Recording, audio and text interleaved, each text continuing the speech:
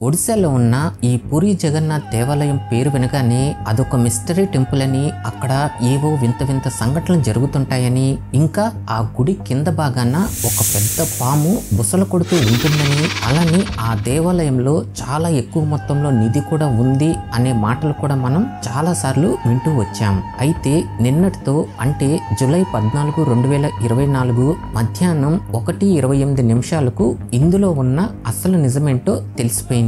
Topic ని start చేసే ముందు ఈ వీడియోకి ఒక్క లైక్ చేయండి ఫ్రెండ్స్. ముందుగా అసలు ఈ దేవాలయంలో ఆ నిధి ఎక్కడ ఉందంటే, మనం ఈ దేవాలయంకి వెళ్ళి స్వామివారిని దర్శనం చేసుకోవాలంటే మొదటిగా భోగ మండపం, తర్వాత నాట్య మండపం, ఆ తర్వాత జగన్మోహన మండపం, ఇక చివరిగా దేవుని యొక్క గర్భాలయం. చాలా మంది భక్తులు రెండవ మండపమైన నాట్య మండపం నుండే ఈ స్వామివారిని దర్శనం చేసుకుంటూ ఉంటారు. ఇంకొంతమంది మూడవ మండపమైన జగన్మోహన మండపం నుంచి ఈ స్వామివారిని చాలా దగ్గరగా దర్శనం చేసుకుంటూ ఉంటారు. ఇక్కడే అంటే ఈ జగన్మోహన మండపం కుడివైపున మనకి తాళాలు వేసి ఒక గది కనిపిస్తుంది. ఆ గదిలోకి వెళ్లి కిందకి దిగితే అక్కడ ఇంకో 3 గదులు అనేవి ఉంటాయి. వాటిలో మొదటి గదిని బాహర బండార్ అని, రెండవ గదిని బిటర్ బండార్ అని, ఇక చివరిగా మూడవ గదిని బండార్ అని పిలుస్తుంటారు.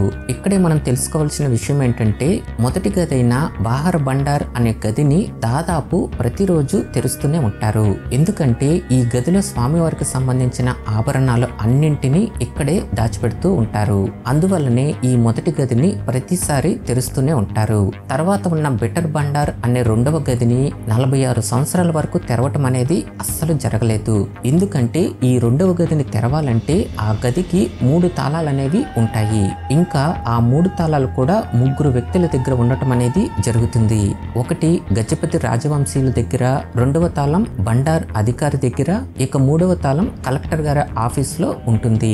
అలా ఈ 3 తాళాలు ఒకేసారి పెట్టి తీస్తేనే ఆ తలుపు అనేది తెరుచుకుంటుంది. అయితే మరి ఈ రెండవ గదిలో ఏమున్నాయి అని చూస్తే, ఇందులో కొన్ని కోట్ల రూపాయల విలువ గల నిధి అనేది ఉంది. బంగారంతో చేసిన పళ్ళాలు, కిరీటాలు, సింహాసనాలు, ఇంకా వజ్ర వైడూర్యాల సంపద మొత్తం మనం లెక్క పెట్టలేనంత నిధి అనేది ఈ రెండవ గదిలో దాచిపెట్టారు. ఈ గదిని చివరిసారిగా అంటే 1978లో ఒకసారి ఓపెన్ చేయటం అనేది చేశారు.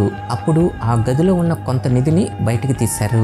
విచిత్రం ఏంటంటే, అలా బయటకు తీసిన ఆ నిధిని లెక్క పెట్టడానికే వీళ్ళకి దాదాపు 70 రోజుల వరకు సమయం పట్టింది. అంతేకాదు, అప్పటికి ఆ నిధి మొత్తాన్ని లెక్కలేక ఇంకా లెక్క పెట్టవలసిన నిధి కూడా చాలా ఎక్కువ మొత్తంలో ఉండటంతో వాటిని లెక్క పెట్టలేక ఆ నిధిని అలానే వదిలేశారు.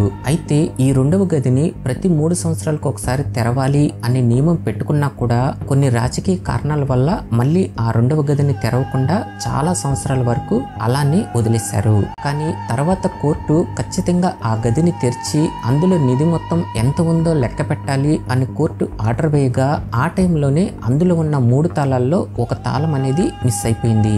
అయితే ఇక్కడే నరేంద్ర మోడీ గారు బీజేపీ ప్రభుత్వం వస్తే తెరిపిస్తాము అని మాట ఇవ్వటం అనేది చేశారు. మరి ఈ 3 తాళాల్లో ఒక తాళం మిస్ అయింది కదా, ఎలా ఓపెన్ చేస్తారు అనుకుంటే, మాట ఇచ్చాం కాబట్టి ఈ రెండవ గది తలుపుల్ని పగలకొడదాం అని నిర్ణయించుకున్నారు. కానీ అప్పుడే వీళ్ళకి ఒక డూప్లికేట్ తాళం అనేది ఉందని తెలిసి, ఎలాగైతే ఈ రెండవ గదిని 46 సంవత్సరాల తర్వాత మళ్ళీ ఇప్పుడే ఓపెన్ చేయటం అనేది చేశారు.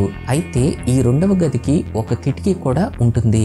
అందులో నుంచి చూస్తే 46 సంవత్సరాల వరకు ఈ గదిని తెరవకపోవడంతో ఆ గది మొత్తం వర్షం పడ్డ నీళ్లతో పైన పెచ్చులు ఊడిపోయి చాలా ఘోరంగా ఉన్నట్లు చూశారు. ఈ రెండవ గదిలో మొదట చెప్పినట్లుగానే ఎన్నో కోట్ల రూపాయలు విలువ చేసే బంగారపు నిధి అనేది ఇక్కడ ఉంది. రెండవ గదిలోనే ఇంత నిధి ఉంటే మరి మూడవ గది అయిన రత్న బండార్లో ఇంకెంత కోట్ల విలువ చేసే నిధి ఉందో అని అందరిలో ఎన్నో ఆలోచనలు మొదలు పెట్టాయి. కానీ ఆ మూడవ గదిని తెరవటానికి చాలా మంది భయపడుతుంటారు. ఎందుకంటే ఆ మూడవ గదిని నాగబంధంతో ఉంది కాబట్టి. అందుకే ఈ మూడవ గది దగ్గరికి వెళ్ళటానికి అంత ధైర్యం ఎవ్వరూ చేయలేకపోయారు. అయితే 1978లో ఒకసారి ఈ రెండవ గదిని తెరిచినప్పుడే ఆ టైంలోనే ఈ మూడవ గదిని కూడా తెరుద్దామని ప్రయత్నించగా, అప్పుడు వాళ్ళకి ఒక పెద్ద పాము బుసలు కొడుతున్నట్లుగా శబ్దాలు రావటం, ఇంకా వాళ్ళు అక్కడి నుంచి వెళ్ళిపోయేంత వరకు వాళ్ళకి జరిగిన ప్రమాదాలకి భయపడి అప్పటి నుంచి ఈ మూడవ గదిని తెరవటానికి ఎవ్వరూ ముందుకు రాలేకపోయారు. ఇక్కడే మనం ఆలోచించవలసిన చిన్న విషయం ఏంటంటే, అసలు మనకి ఇంత కోట్ల విలువ చేసే ఈ నిధి అనేది ఎక్కడి నుంచి వచ్చిందో తెలుసా? అప్పట్లో పరిపాలించిన గజపతి కపిలేంద్ర దేవుడు అనే ఒక రాజు ఎన్నో రాజ్యాలపై దండయాత్ర చేసి ఆ రాజ్యాల్లో ఉన్న సంపద మొత్తాన్ని మన చేదక్కించుకోవటం అనేది చేశారు. అలా తెచ్చిన ఆ సంపదలో కొంత భాగాన్ని ఈ పూరి జగన్నాథ్ దేవాలయానికి ఇవ్వటం అనేది చేసేవాళ్ళు. అంతేకాదు యుద్ధాలు జరిగేటప్పుడు ఎవరైనా రాజు ఓడిపోయారంటే ఆ రాజు యొక్క సంపద మొత్తాన్ని గెలిచిన రాజు సొంతం చేసుకోవటం అనేది జరుగుతుంది. అందుకే అలా ఒకవేళ పొరపాటున వేరే రాజ్యాలతో ఓడిపోయినప్పుడు మన సంపద మొత్తం వాళ్ళ సొంతం అవ్వకుండా అందరూ ఇలాంటి ఎవ్వరికీ తెలియని ప్రదేశాల్లో వాళ్ళ నిధిని దాచిపెట్టడం అనేది చేసేవాళ్ళు. అయితే మన గజపతి రాజు అలా ఎంత సంపదని సొంతం చేసుకున్నాడో తెలుసా? ఏకంగా ఎక్కువ మొత్తంలో ఉన్న బంగారపు నిధిని 7-8 ఏనుగులతో తీసుకురావటం అనేది చేసేవాళ్ళు. ఆ నిధి అనేది అంత ఎక్కువ మొత్తంలో ఉండేది. అంతేకాకుండా ఈ జగన్నాథుని మీద ఉన్న ఇష్టంతో వేరే రాజులు కూడా ఈ గుడికి చాలా అంటే చాలా ఎక్కువ మొత్తంలో నిధిని ఇవ్వటం అనేది చేసేవాళ్ళు. అలా వచ్చిన బంగారం కూడా చాలా ఎక్కువ మొత్తంలో ఈ గుడికి వస్తుండేది. అయితే ఈ నిధి మొత్తాన్ని 2వ గదిలో కొంత భాగాన్ని అలానే 3వ గదిలో ఎక్కువ భాగాన్ని పెట్టడం అనేది చేసేవాళ్ళు. ఇప్పుడు ఈ తలుపులు తెరుస్తామని బీజేపీ ప్రభుత్వం మాట ఇచ్చారు కాబట్టి అందుకే ఈ తలుపులు తెరుస్తున్నందుకు వారం రోజుల ముందు నుంచే ప్రత్యేకమైన పూజలు చేయటం అనేది చేశారు. చివరికి 2వ గది తలుపుల్ని తెరవటానికి కరెక్ట్ గా జూలై 14, 2024 మధ్యాహ్నం 1:28 లోపలికి వెళ్ళటం అనేది చేశారు. అంతేకాదు ఇందులో ఉన్న సంపద మొత్తాన్ని ఒక స్ట్రాంగ్ రూమ్ లోకి తీసుకువెళ్ళటానికి టేకు కర్రలతో చేసిన ఒక 6 పెద్ద చెక్క పెట్టెలను కూడా తీసుకువెళ్లారు.